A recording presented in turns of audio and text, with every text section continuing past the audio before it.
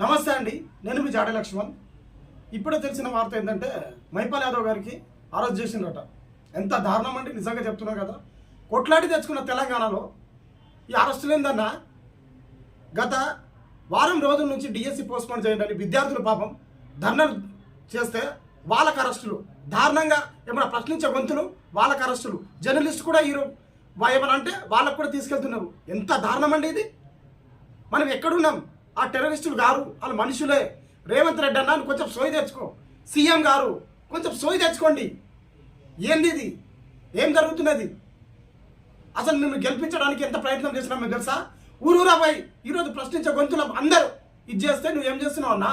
ఈరోజు మైపాల్ యాదవ్ గారు డప్పు పట్టుకొని ఊరూరా కేసీఆర్ని ఓడగొట్టిండి అమ్మా అని కాలు మొక్కిన ఘనత పాపం మైపాల్ యాదవ్ అన్న గారికి తెలుస్తుంది. ఆ బాధ ఏందో ఆయనకు తెలుసు. నువ్వు కనీసం ఒక్కసారి నా తెలంగాణ కోసం పోరాటం చేసినావు, కొట్లాడినా, అరెస్టులు ఏందన్న ఇది? మరీ ఇంత దారుణంగా ఎవరు ప్రశ్నించే వాళ్ళు లేరా, లేకపోతే అడిగే వాళ్ళు లేరా? ఏంది తీర్మానం వలన ఎక్కడ ఉన్నావయ్యా? ఎమ్మెల్సీ 10 ఒత్తిడికి పరిగెత్తుకుంటూ పోయినావా? ఇప్పుడు ఎవరు కనిపిస్తలేరు, మీ పిల్లలు ఎవరు కనిపిస్తున్నారు, డిఎస్సి పిల్లలు ఎవరు కనిపిస్తున్నారు, ఎవరు ఆత్మహత్య చేసుకుంటారంటే కూడా మీ ఛానల్లో రావట్లేదు. ఏంది ఇది కథ? ఎక్కడున్నారు? మనం ఎక్కడున్నాం అసలు? లెటర్ ఏమన్నా అంటే ఉత్తప్పుడేంపై ఏమైనా ఫోన్ చేస్తా అంటే మీ ఛానల్ వాళ్ళకి వస్తే కేసీఆర్ ప్రభుత్వం ఉన్నప్పుడు మీ ఛానల్కు మాకు న్యాయం కావండి సార్, న్యాయం కావాలని వస్తే అక్కడి నుంచి లైవ్ నుంచి కేటీఆర్కి ఫోన్ చేయడం, కేసీఆర్కి ఫోన్ చేయడం, లైవ్ కవితకు ఫోన్ చేసేవాళ్ళు. కానీ ఇప్పుడు మీ కాంగ్రెస్ ప్రభుత్వం ఉందని మాకు న్యాయం కావాలని వస్తే ఆ లెటర్ రాస్తున్నావు. ఏంది అది? ఏం ఉత్తరం రాస్తున్నావు? ఏమంటారు కదా ప్రేమ లేఖలా, ఏం రాస్తున్నారు అసలు? తీర్మానం వలన ఎక్కడున్నావు అసలు? ఏంటి అసలు ఏం జరుగుతున్నది? నెక్స్ట్ సీతక్క, అమ్మ సీతక్క సోయి తెచ్చుకో అక్క. నీ పైన మొత్తం సీతక్క అంటే ఎంతో అభిమానులు ఉన్నారు ఇక్కడ తెలంగాణలో. కనీసం ఇంత జాలి కూడా కనిపిస్తలేదా?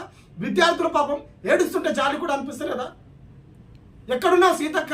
ఏమైపోయినావు? కనీసం నువ్వన్న ఈ కాంగ్రెస్ ప్రభుత్వంలో కాంగ్రెస్ పార్టీలో మంచుకున్నావు అంటే నువ్వు కూడా నోరెత్తట్లేదు. Kodandaram sir next. చాలామంది ఇలాంటివి ఉన్నారు అసలు, దొంగలు ఊరు మర్చుకున్నట్టు. కొత్త వాళ్ళకి అవకాశం ఇస్తే ఇలాగే ఉంటుంది. నిరుద్యోగులారా గమనించండి. నిజంగా చెప్తున్నాను కదా, ప్రశ్నించే గొంతులను అరెస్ట్ చేయడం చాలా దారుణం. ఈరోజు మైపాల్ యాదవ్ గారు అన్నగారు ఈ కేసీఆర్ని దించడానికి ఆయన ఎంత కీలక పాత్ర పోషించిండో అది అందరికీ తెలిసిన విషయమే. మీకు కూడా తెలుసు, ఇప్పుడు గెలిచిన పార్టీ రేవంత్ రెడ్డికి కూడా తెలుసు, తీర్మార్ మల్లలకు కూడా తెలుసు, సీతక్క కూడా తెలుసు. కనీసం ఆయనకు ఇప్పటికి కూడా వాళ్ళకి స్పందన లేదంటే ఏందన్నా ఇది? ఏం జరుగుతున్నది మా తెలంగాణలో? ఒకవేళ ఆయనకు విడుదల చేయకపోతే ఊరూరా పక్కా ధర్నాలు చేస్తాం. మరి రేపు ఖచ్చితంగా ఆయనకు ఏదైతే అరెస్టును ఖండిస్తూ ర్యాలీగా తీస్తాం మేము. జై హింద్, జై తెలంగాణ. మైపాలకు మద్దతు ఇచ్చేవాళ్ళు తరలి రండి, ఖచ్చితంగా ఆయనకు ధర్నా తీద్దాం. ఏదైతే ఈ ప్రభుత్వాన్ని గద్దె దింపడానికి మనం నిరుద్యోగులు మళ్ళా గోసేస్తాం. మా కళాకారులు మా ప్రశ్నించే గొంతులకు ఎప్పుడు కూడా ఉంటాయి. ఖచ్చితంగా మాలాంటి కళాకారులు మళ్ళా ఇంకా గోసి డప్పు వేసుకొని ఈ కాంగ్రెస్ ప్రభుత్వం దించడానికి కూడా మేము సిద్ధంగా ఉన్నాం.